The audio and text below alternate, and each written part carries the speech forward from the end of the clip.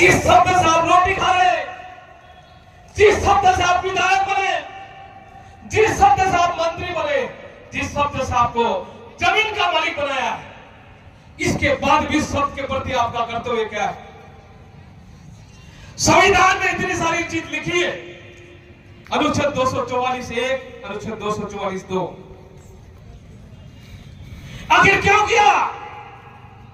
विश्व में जिसकी जनसंख्या कुछ भी नहीं, लगभग 24,000 है, किसी के 44 लाख है, उसकी छुट्टी, उसकी महापुरुष की छुट्टी, उसकी त्याग की छुट्टी, उसकी सबकी छुट्टी, आपकी छुट्टी क्यों नहीं? आप इस देश के मालिक हो नहीं? अरे इस देश के मालिक सुप्रीम कोर्ट कह रहा, यूनाइटेड नेशन कह रहा, सर्व ऑफ इंडिया कह रहा, सब लोग कह रहे हैं कि आप देश, indigenous people of the India, original inhabitant of the India, आप इस देश का मालिक है। इसके बाद भी आपकी छुट्टी नहीं है। आप धर्म में बांटे हुए, आप संगठन बांटे, आप राजनीति में बांटे। यदि जिस आदिवासी पेड़ से ये शब्द खत्म हो जाएगा, आने वाली पीढ़ी आपको माफ नहीं करेगी, आने वाली पीढ़ी आपको माफ नहीं करेगी। जिस जमीन की बात कर रहे हो, वो जमीन ऐसी नहीं मिली। अभी आपके सामने जमीन की बात हो रही, जिसको दावा करना है आइए, ये फाइन है, ये कलेक्टर की साइन है, पटवारी की साइन है, डीएफओ की साइन है, डायरेक्टर की साइन है।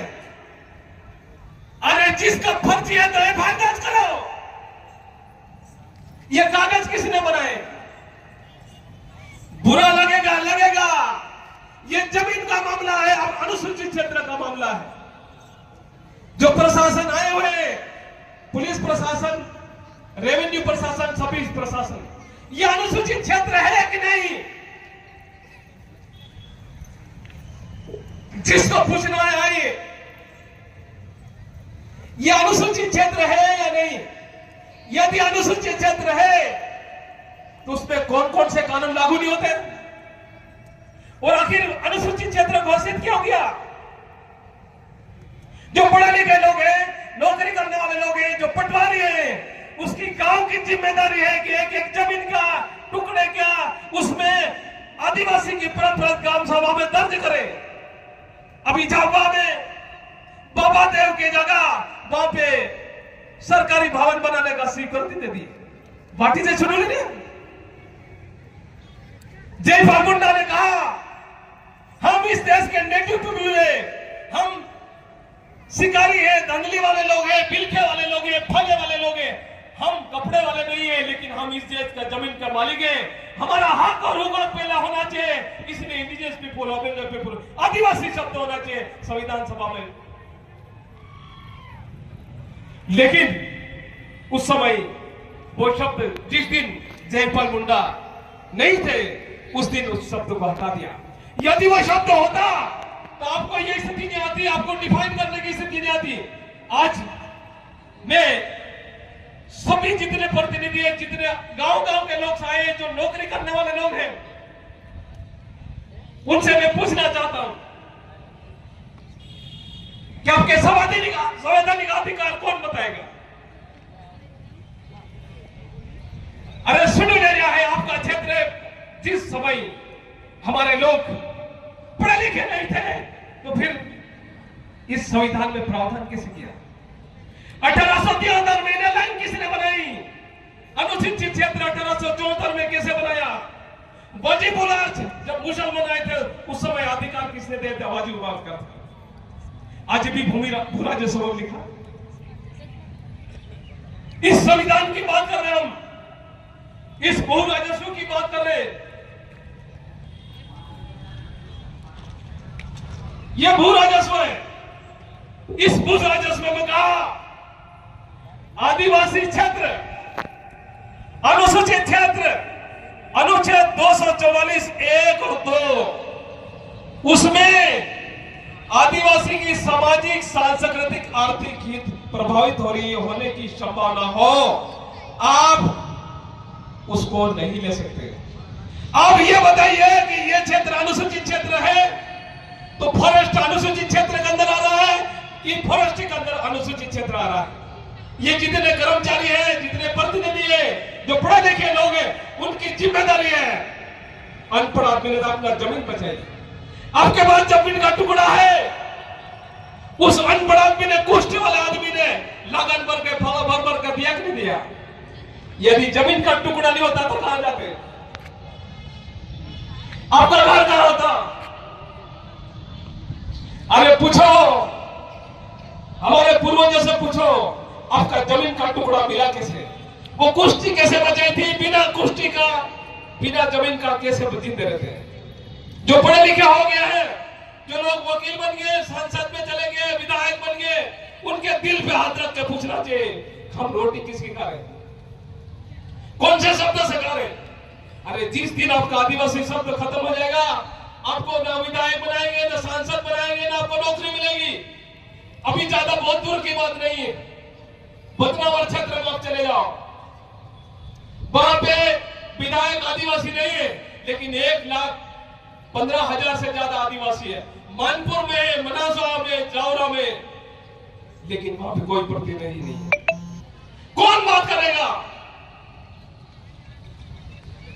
इस संविधान में आपका रखवाली करने के लिए अनुच्छेद मौलिक अधिकार में लिखा, मौलिक अधिकार आम लोगों को मौलिक अधिकार है, लेकिन अनुसूचित क्षेत्र में 19(5) में आम नागरिक को मौलिक अधिकार नहीं है, केवल आदिवासी को मौलिक अधिकार। आखिर क्यों किया गया है?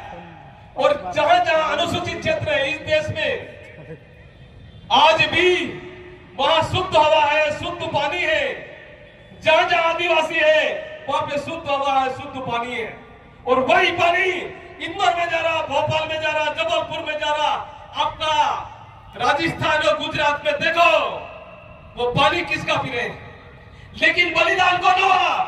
वो आदिवासी कहां गए आपके भाई, जिसको विस्थापित कर दिए? कहां गए? अभी खनिज के नाम से, बांध के नाम से, पर्यटन के नाम से सब आपका एक नंबर है। स्टैच्यूबिलिटी गुजरात में जो बनाया, उसमें 122 गांव के आदिवासी को हटाए। क्या ये सही है? मुर्दे की मूर्ति लगा रहे हैं, लेकिन जिंदे लोगों को हटा दिए। आप विचार करो, आपके समाज, आपके पूर्वज, करोड़ों लोग शहीद हो गए। एक जैन मुनि ने कहा 5 करोड़ साल उसको बना दिया। आपका आदिवासी का क्या हुआ? कौन बात रख रहा? जैसी पार्टी करी वैसी बात रख रहे। तो पार्टी बड़ी है क्या आदिवासी? अरे जिस आदिवासी लोगों के कारण आपको प्रतिनिधि मिला, पार्टी बाद में है, पहले आदिवासी।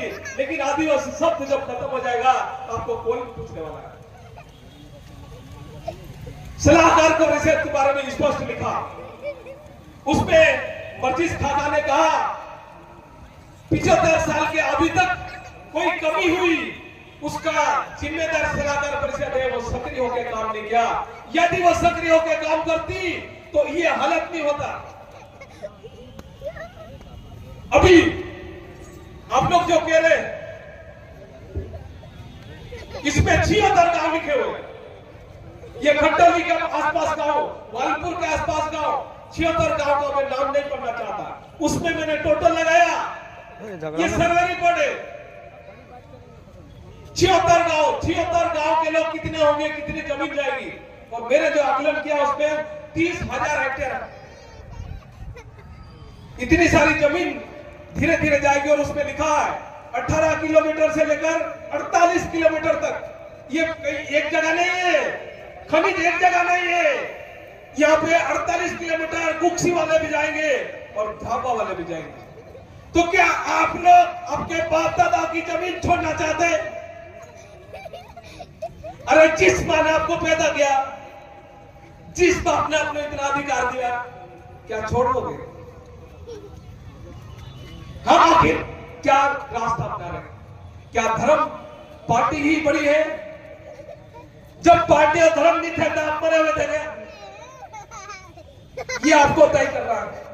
सभी गांव के जो लोग आए हुए हैं उनसे मेरा निवेदन है कि सबसे पहले जैसे हमारे बाप दादा एक साथ बैठते थे, वैसे सब एक साथ बैठे, गांव की गांव बैठे, उसमें पार्टी और संगठन और धर्म उसमें हावी माना होने करो।